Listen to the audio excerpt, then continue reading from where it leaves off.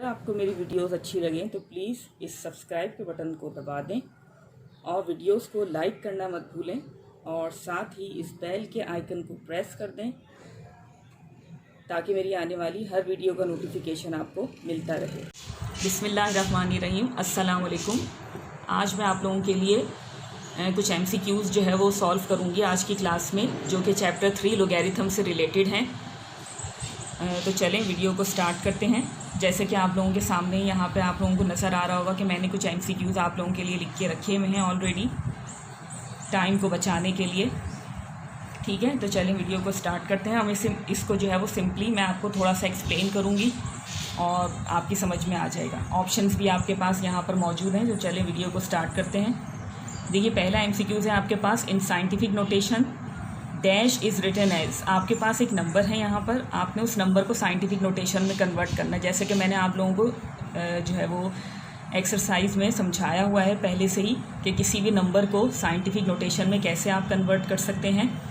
और जैसे कि देखिए, आपको यहाँ पे नज़र भी आ रहा होगा कि यहाँ पर बहुत सारे ज़ीरोज़ हैं। तो इसका मतलब है कि देखें, डेसिमल अगर आप शिफ्ट करेंगे इसको साइंटिफिक नोटेशन में कन्वर्ट करने के लिए, साइंटिफिक नोटेशन में कन्वर्ट करना मीन्स इसको 10 की पावर में आपको लेकर आना है। ठीक है, तो यहाँ पर जब आप डेसिमल शिफ्ट करेंगे तो वो लेफ़्ट से राइट की तरफ जो है वो आप लोग इसको शिफ्ट करेंगे। ठीक है, और जितने टाइम्स आप उसको शिफ्ट करेंगे वो 10 की पावर बन जाएगा।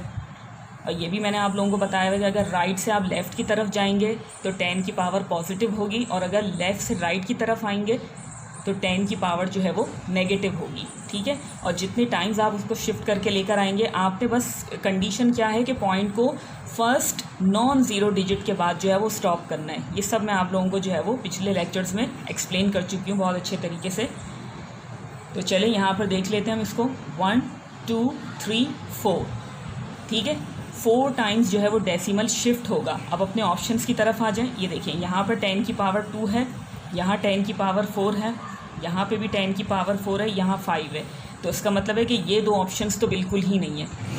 अब B और C को आप कंसीडर करें तो देखें, मैंने एक चीज़ यहाँ पर आपको कही कि 10 की पावर 4 टाइम्स जो है वो यहाँ पर डेसिमल हमारा शिफ्ट हुआ है। लेकिन मैंने आपसे एक चीज़ कही कि फर्स्ट नॉन ज़ीरो डिजिट के बाद जो है वो डेसिमल को हम स्टॉप करेंगे। तो आप देख सकते हैं कि डेसिमल 7 से पहले स्टॉप हो गया। इसका मतलब है कि ये जो आंसर है ये नहीं है, दिस वन इज़ करेक्ट। ठीक है, तो जो सही ऑप्शन होगा उस पर आप राइट या सर्कल बना सकते हैं। ठीक है, चलिए नेक्स्ट की तरफ। The logarithm of 1 to any base is dash. Options आपके पास हैं इन्फिनिटी, -1, 0 और 1। बेस चाहे जो भी हो, अगर आप 1 का लोगैरिथम फाइंड करेंगे तो 1 का लोगैरिथम जो है वो होता है 0। ये जहन में रखिएगा। ठीक है, कुछ वैल्यूज़ देखें कैलकुलेटेड होती हैं। जैसे आप कुछ फार्मूलाज जो है वो यूज़ करते हैं तो वो ऑलरेडी कैलकुलेटेड होते हैं, आपने उसको सिर्फ याद रखना होता है। इसी तरीके से आप इस चीज़ को भी याद रखिएगा कि अगर आप 1 का लोगैरिथम फाइंड करेंगे तो वो हमेशा 0 होगा। ठीक है,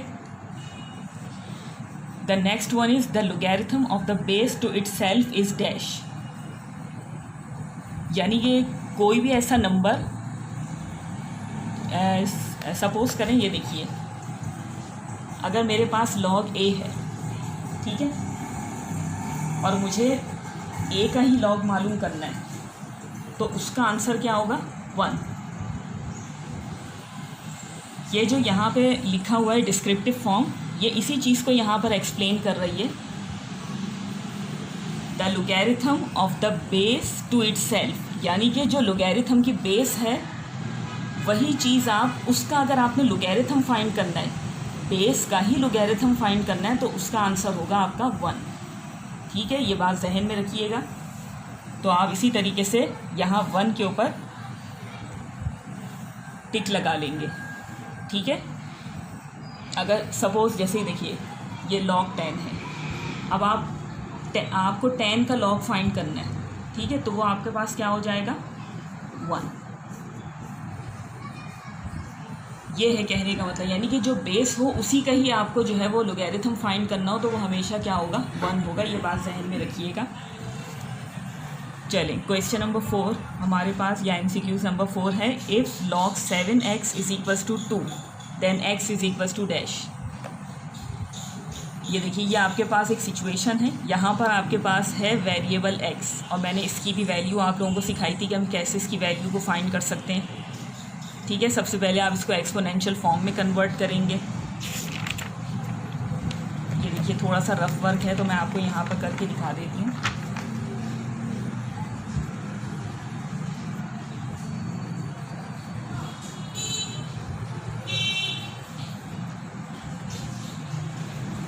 एक्सपोनेंशियल फॉर्म में आपको मैंने कन्वर्ट करना पहले से ही सिखाया हुआ है कि कैसे इसको करेंगे कन्वर्ट। यहाँ पे मैंने क्या करा है, इसको सिर्फ और सिर्फ एक्सपोनेंशियल फॉर्म में कन्वर्ट किया और इजीली x की वैल्यू जो है वो फाइंड कर ली 49।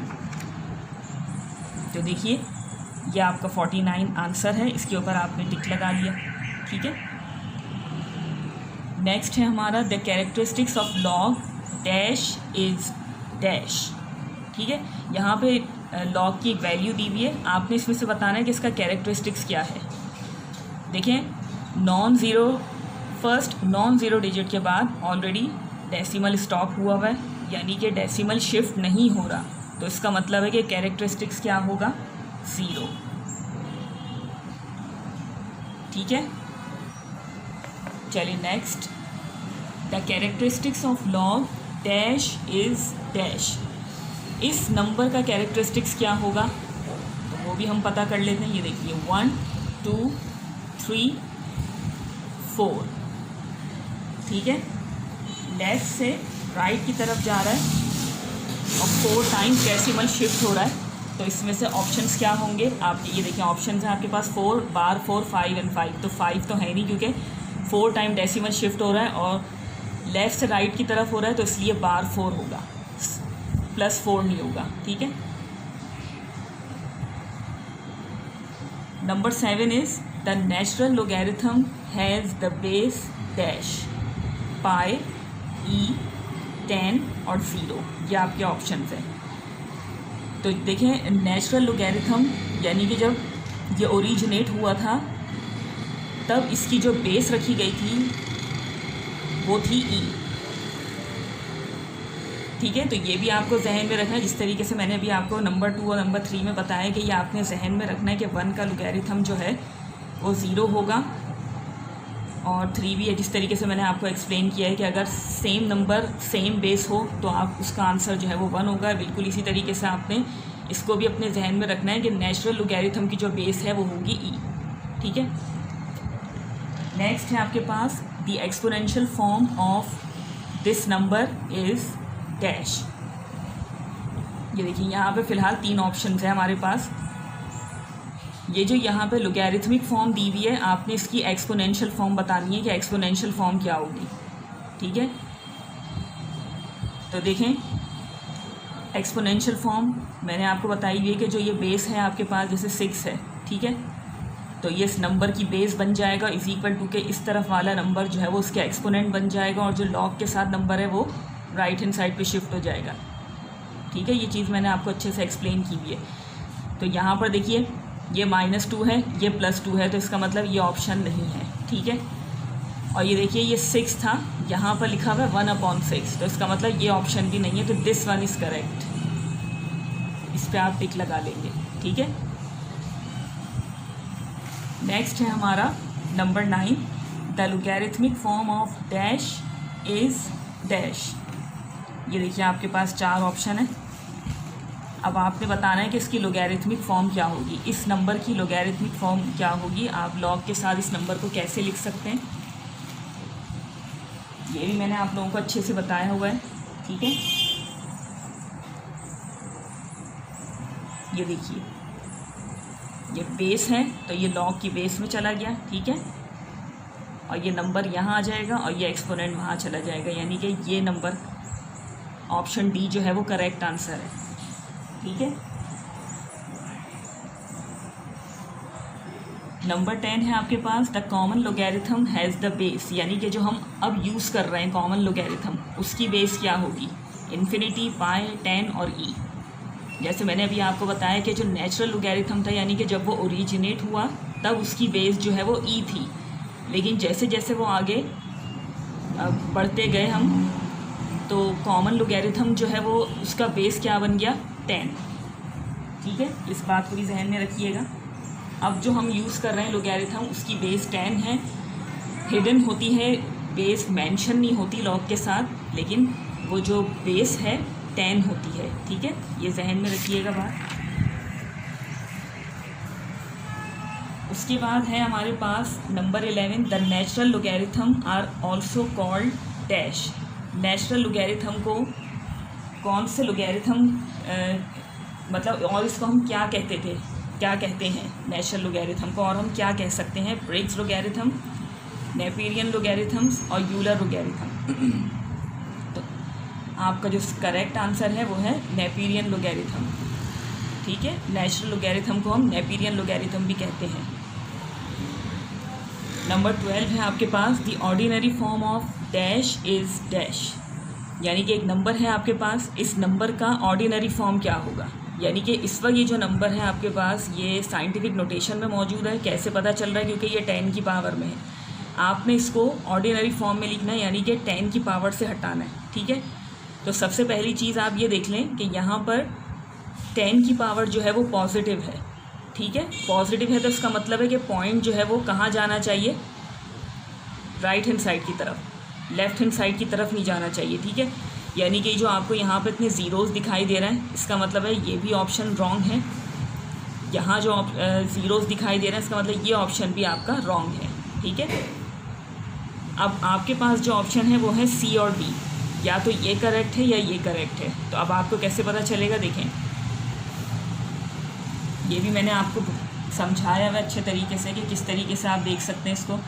पावर 6 मीन्स डेसिमल जो है वो 6 टाइम्स जो है वो शिफ्ट होगा। 1,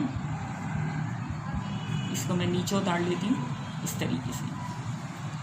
रफ वर्क में आप इस तरीके से MCQs को जो है वो सॉल्व करके अपना आंसर, करेक्ट आंसर फाइंड कर सकते हैं। ये देखिए 1 2 3 4 5 6।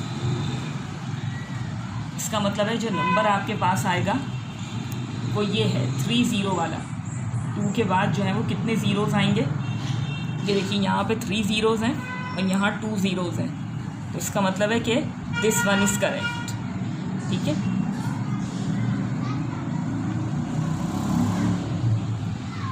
ये भी उसी के जैसा है। देखिए, the ordinary form of dash is dash. फ़र्क क्या है, नंबर 12 और 13 में सिर्फ पावर के साइन का फ़र्क है। वहाँ पर पॉजिटिव थी, यहाँ नेगेटिव है। इसका मतलब है कि ये जो डेसिमल है अब लेफ़्ट हैंड साइड की तरफ शिफ्ट होगा। तो इसका मतलब है कि ये वाला ऑप्शन भी नहीं है।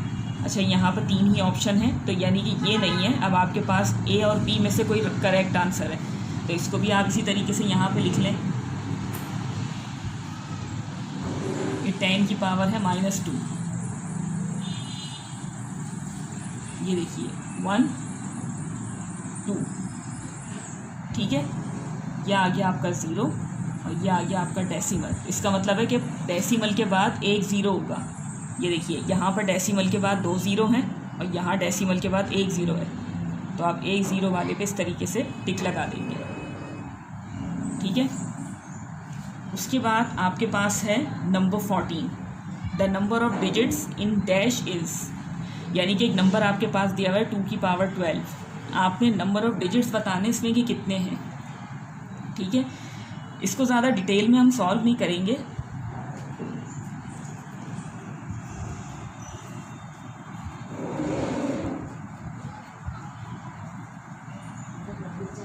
देखो, बेसिकली हम किस तरीके से इसको सॉल्व करेंगे। सबसे पहले हम इसको किसी भी वेरिएबल के इक्वल ले लेंगे। ये रफ वर्क है। ठीक है,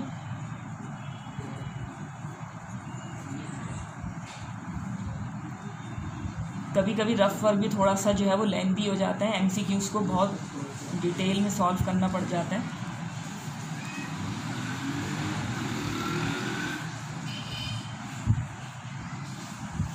देखें, यहाँ पर आप जब लॉग आपके साथ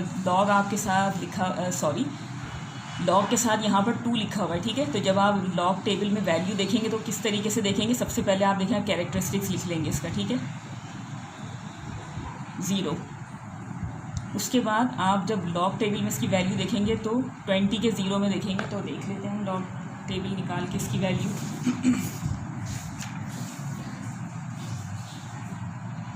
ये देखिए 20 के 0 में आपके पास वैल्यू आ रही है 3010।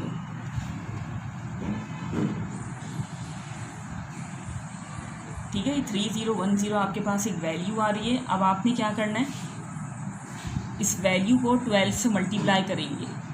ठीक है, यहीं पे कर लेते हैं।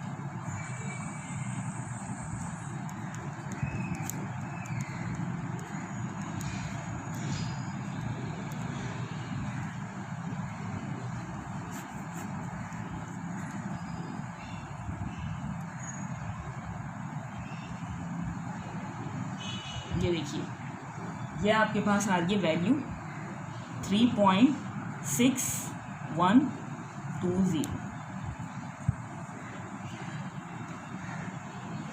ये आ गई आपके पास एक वैल्यू। अब आपने क्या करना है, ये देखिए, आपका एमसीक्यूज था the number of digits in dash is dash, यानी कि इस नंबर में कितने डिजिट्स हैं वो आपने फाइंड करने थे। तो तरीका देखें, दोबारा से मैं आपको एक्सप्लेन कर देती हूँ। आपने इस नंबर को x के इक्वल या किसी भी वेरिएबल के इक्वल ले लेना है। ठीक है, फिर दोनों साइड पे आप लॉग ले लेंगे। उसके बाद प्रॉपर्टी अप्लाई करेंगे इस पर, लॉग की तीसरी। ठीक है, और इसी तरीके से आप यहाँ पे लॉग की वैल्यू फाइंड करने के बाद जब मल्टीप्लाई कर लेंगे, तो मल्टीप्लाई करने के बाद आपके पास जो कैरेक्टरिस्टिक्स होगा ना, यहाँ पर जैसे इस वक्त मेरे पास है 3, कोई भी आपके पास नंबर हो, 2 हो, 0 हो, 1 हो, ठीक है, जो भी नंबर हो आपके पास, उस नंबर में आपने सिर्फ और सिर्फ 1 ऐड करना है। 1 ऐड करने के बाद जो एक्चुअली नंबर हमारे पास बन जाएगा, this will be your required answer. ठीक है, तो 4 हमारा जो है वो करेक्ट आंसर है। तो इस ऑप्शन पे हम टिक कर देंगे 4। ठीक है, लास्ट हमारा देखिए, यहाँ पे आपके पास लिखा हुआ है log 3/log 2। अब यहाँ पे आपके पास जो है वो कुछ ऑप्शंस हैं।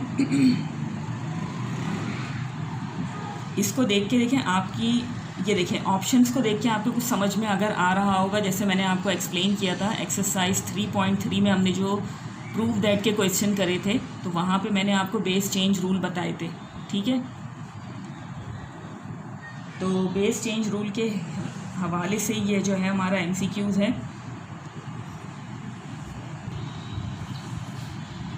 तो देखिए, बेस चेंज रूल के हिसाब से मैंने आपको एक चीज़ बताई थी,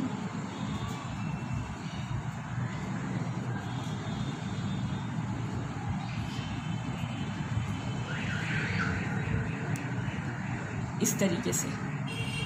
देखिए, यहाँ पर बेस जो है, जैसे कि मैंने आपको एक्सप्लेन किया था कि अगर यहाँ पर a है तो यहाँ हम जो है वो उसकी बेस को चेंज कर रहे हैं और बेस चेंज होकर ये b हो गई। ठीक है, उसके बाद हम इसको कैसे लिखेंगे, ये n इस लॉग के साथ चला जाएगा और ये a जो है वो नीचे आ जाएगा। ठीक है, यही चीज़ मैंने आपको एक्सप्लेन की थी। अब थोड़ा सा यहाँ पर आप आ जाएं, यहाँ पर क्या हो रहा है, ये देखिए, जिस तरह यहाँ जो मैंने लॉग के साथ a लिया है, ये a कहाँ पर था, लॉग की बेस में। इसी तरीके से देखिए, यहाँ पर लॉग के साथ नीचे 2 अटैच है, तो इसका मतलब है कि ये 2 कहाँ चला जाएगा, लॉग की बेस में, और जो ऊपर वाले लॉग के साथ नंबर है वो लॉग के साथ आ जाएगा। ये देखिए, जैसे यहाँ पर n लिखा हुआ है, तो ये n कहाँ चला जाएगा, लॉग के साथ। इसी तरीके से देखें, नीचे वाला नंबर, या आप उसको यूँ समझ लीजिए कि नीचे वाला नंबर लॉग की बेस में आ जाएगा और ऊपर वाला नंबर लॉग के साथ आ जाएगा। इसी तरीके से यहाँ पर जो नीचे वाला नंबर है ये लॉग की बेस बन जाएगा 2, और ये जो ऊपर वाला नंबर है ये लॉग के साथ आ जाएगा। ठीक है, तो ये ऑप्शन आपका जो है वो करेक्ट है। ठीक है, तो चलें यहीं पे अपनी वीडियो को एंड करते हैं, इसी उम्मीद के साथ कि जो भी मैंने आपको एक्सप्लेन किया है इस वीडियो के हवाले से वो आपको बहुत अच्छे तरीके से समझ में आया होगा।